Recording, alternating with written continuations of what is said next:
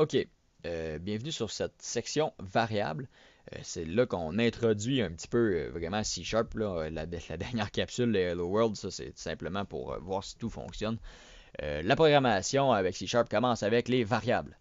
C'est super simple. Une variable, c'est quoi? C'est une allocation de mémoire dans votre ordinateur. Ce qui veut dire, je sais pas, on crée un logiciel pour... on crée un site web, par exemple, et on décide de rentrer l'âge de la personne. On va pouvoir évaluer son âge, savoir elle a quel âge. Si elle a 18 ans, elle peut rentrer. Si elle n'a pas 18 ans, ben désolé, c'est un site à caractère adulte, disons-le comme ça, donc tu ne peux pas entrer. Donc c'est ça. Comment est-ce qu'on fait ça? Comment qu'on alloue de la mémoire? En fait, je vais vous faire un beau petit dessin, super simple. Ouais. Et voilà. C'est comme si on disait, euh, on lui réserve un endroit ici. On va lui dire que ça c'est l'âge. Et à toutes les fois que je vais appeler ma variable âge, le programme va aller revenir dans l'ordinateur, il va aller chercher cet espace d'information-là pour lui dire, OK, c'est cette information-là, c'est cette donnée-là que le programme a besoin pour fonctionner. Envoie-moi la donnée. Tu peux évidemment changer la valeur. La valeur pourrait être égale à 12. Elle pourrait, c'est pas 12, finalement, la personne s'était trompée, c'est rendu 16. On peut la changer en temps réel aussi. On peut la lire, on peut la modifier. Bref, on peut faire à peu près ce qu'on veut à ce niveau-là. Donc, on va regarder informatiquement comment est-ce que ça se fait. C'est toujours le même principe au niveau d'une variable. Okay? Une variable, ça commence par être déclarée par un type. Donc, il y en existe plusieurs. Je vais commencer par vous montrer le plus simple, qui est le int. Int pour, je sais pas, je vais vous l'écrire au stylo, pour integer, qui veut dire un nombre entier en anglais. Donc, on va parler de nombres qui ne sont pas à virgule. Donc, int. Après ça, on va remettre le nom de la variable. Le nom de la variable, on l'écrit, et là, soyez vigilants, soyez attentifs. Euh, Ça commence par une minuscule. Donc, ça pourrait être à peu près n'importe quoi. Nous, on va mettre l'âge pour le plaisir de le faire. Et là, après ça, on lui assigne, avec le signe égal, une valeur. Et on termine la ligne par un point-virgule. Une ligne, ça s'appelle comment? Une ligne comme la variable, ça s'appelle un statement. Ça veut dire qu'on donne une indication à l'ordinateur. Ce qu'on lui donne comme indication en ce moment, c'est de créer un espace de mémoire de type integer, donc d'un nombre entier, avec le nom âge, et lui assigner la valeur 18. OK? Ça peut être un petit peu abstrait pour l'instant, c'est pas grave. On peut juste le voir, on va juste l'utiliser en fait, peut-être que ça va être plus facile. Et si j'enlève le Hello World ici et j'écris seulement âge, okay, vous voyez, il me le suggère dans mon logiciel. On fait CTRL S, on fait play, il va nous imprimer la valeur de notre variable. Okay. Donc après ça, on va lui faire une autre variable que je vais vous montrer, c'est la string. La string, on va lui dire que c'est un nom et que le nom, attention, guillemets, guillemets, point virgule, le nom va être mon prénom, Casey. OK? C'est la seule. Quand on crée des variables, parfois il y a des petits détails qui sont typiques à certains types de variables. Euh, on n'a pas besoin de toutes les savoir. Pourquoi? Parce qu'on utilise grosso modo maximum 5 types de variables. Donc c'est assez simple. Le string, lui, doit avoir des guillemets. Si vous n'avez pas de guillemets, ça ne fonctionnera pas. Donc essayez-le. Mettez non, le nom à la place de l'âge. En passant, ça ne dérange pas, c'est souligné en vert. Le souligné en vert en ce moment simplement nous dit, si vous le lisez en anglais, là, ça dit que notre variable a été assignée mais elle n'est jamais utilisée. Donc c'est un peu inutile, on prend de l'espace de mémoire pour rien. Donc lui, il veut seulement qu'on optimise ça, mais pour l'instant, on s'en fout, notre logiciel va fonctionner super bien quand même. Donc on écrit notre nom entre guillemets, des guillemets anglophones évidemment, euh, et on écrit console write line entre parenthèses non. Et après ça, on fait play et on va avoir notre nom qui va apparaître dans notre console. Euh, Ça devrait fonctionner de votre côté. Si j'enlève les guillemets, il va nous dire tu peux pas entrer ça dans un string. Sauvegarde, play. Et voilà, il nous dit, hey, j'ai des erreurs. Qu'est-ce qu'il va nous dire? Tu vois, regarde, il fait The name Casey does not exist in current context. C'est vraiment parce qu'il nous manque ça. Là, vu que c'est très très simple, il a fait OK, c'est une erreur basic, je vais la réparer, mais c'est pas la bonne façon de faire. On va planter nos logiciels si on fait ça à tout coup. Donc, gardez vos guillemets. Après ça, un autre facteur qui peut être intéressant, qui est la base de la programmation, en fait, qui est le bool. Bool pour facteur booléen. Donc, c'est vrai ou faux. Donc là, on pourrait dire bool vivant. On va dire que je suis vivant, donc égale true. Ça c'est des mots-clés, true ou false. Ce sont deux mots-clés qui sont super importants en programmation. Tout se résume à ça. Vous allez voir plus tard quand vous allez avoir une compréhension un peu plus globale de la programmation. Tout se résume à du binaire, à du vrai ou faux, à du 0 ou 1. Donc, c'est important de bien le comprendre et de savoir qu'il existe, du moins, parce qu'on l'utilise quand même assez fréquemment. Des fois indirectement, mais c'est toujours important. Donc là, je suis mort, je vais écrire le facteur booléen, je vais écrire vivant ici. Et là, qu'est-ce qu'il va me sortir? Il va me sortir false. Donc, ça, c'est quand même important à pouvoir manipuler aussi.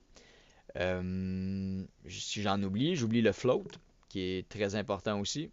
Float, qui est simplement un nombre à virgule. Donc là, j'ai mis température.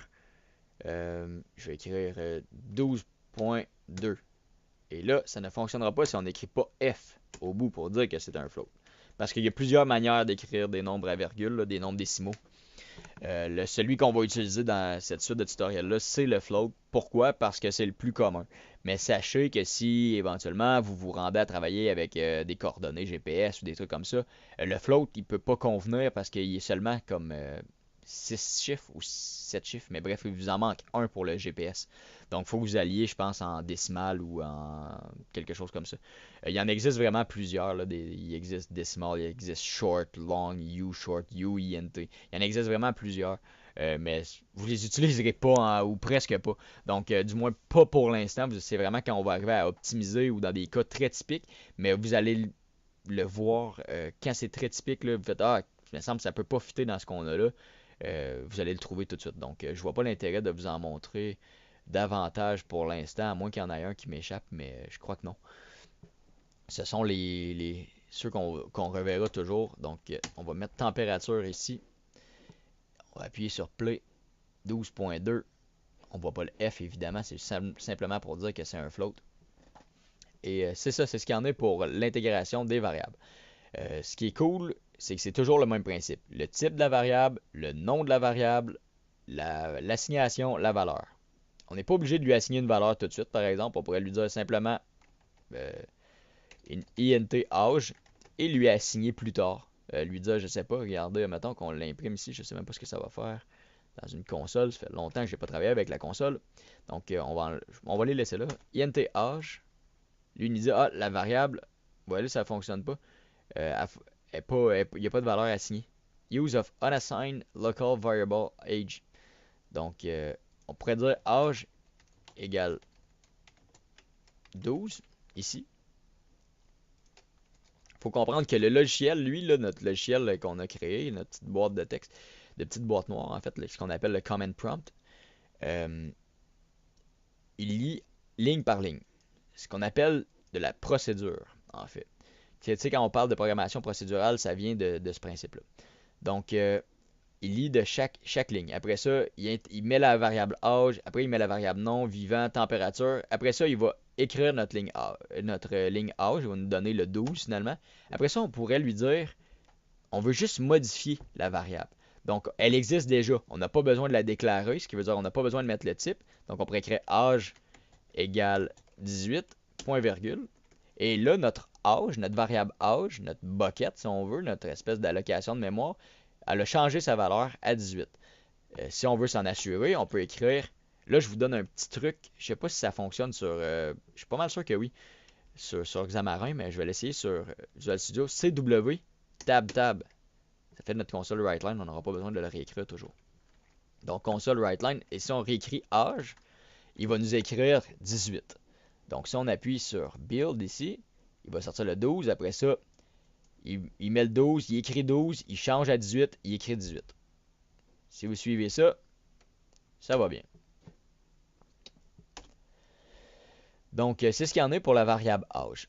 Là, on peut s'amuser avec ça. Après, on va pouvoir les modifier, les additionner, les multiplier. On peut faire n'importe quoi. On pourrait faire de la concatenation en anglais, je ne sais pas comment appeler ça en français. Simplement de mettre plusieurs variables dans une string ou dans une write line. Regardez, on pourrait écrire, on va effacer nos dernières lignes, l'âge 18, puis le, le deuxième right line, on va écrire un âge plus réaliste. J'ai 27. Donc là, ce qu'on va écrire, c'est un string, premièrement. Donc on met des guillemets. Si on écrit un string, tu sais, le Hello World qu'on a écrit tantôt, là, c'est simplement un string. Donc là, on va écrire un peu la même chose. On va écrire je m'appelle espace. Et là, on va mettre des plus. Plus non. Plus. En fait, on va le laisser comme ça. Plus non. Tout simplement comme ça. Appuyez sur plus, vous allez voir. Et voilà, ça l'ajoute votre variable dans votre phrase. Ça, c'est quand même intéressant. Ça commence à ressembler à un petit logiciel. Quoi qu'on n'a pas d'interactivité, ça, on verra ça un peu plus tard. Je m'appelle non. Et là, on pourrait mettre un plus encore. On rajoute un string. On va mettre une espace avant, sinon ça va coller notre phrase. Là. Je m'appelle et j'ai espace pour garder de l'espace dans notre string. Si vous ne mettez pas d'espace, vous allez comprendre pourquoi j'en mets. Plus âge plus espace 1. Donc là, si vous comprenez, on fait simplement, toutes les fois qu'on ajoute une variable ou qu'on ajoute un string, parce que là, dans le fond, c'est juste des variables l'une après l'autre. Ça, c'est une variable string qu'on crée là, finalement. Ça, c'est une variable qu'on va rechercher la valeur ici. On ajoute un autre string. Il faut juste s'assurer d'avoir un plus avant, un plus après. Après ça, on ajoute l'âge, on ajoute l'année. Donc, après ça, on fait, je m'appelle Casey et j'ai 27 ans. Baf. Et voilà, vous avez, ça recommence à ressembler à un petit logiciel, votre truc. Donc, on pourrait s'amuser avec ça, on pourrait changer les noms, on pourrait faire à peu près ce qu'on veut. Je vous laisse vous amuser un petit peu si vous voulez tester des trucs. On devrait arriver à la prochaine capsule qui sera les opérateurs, si je me souviens bien. Donc, on se revoit pour les opérateurs.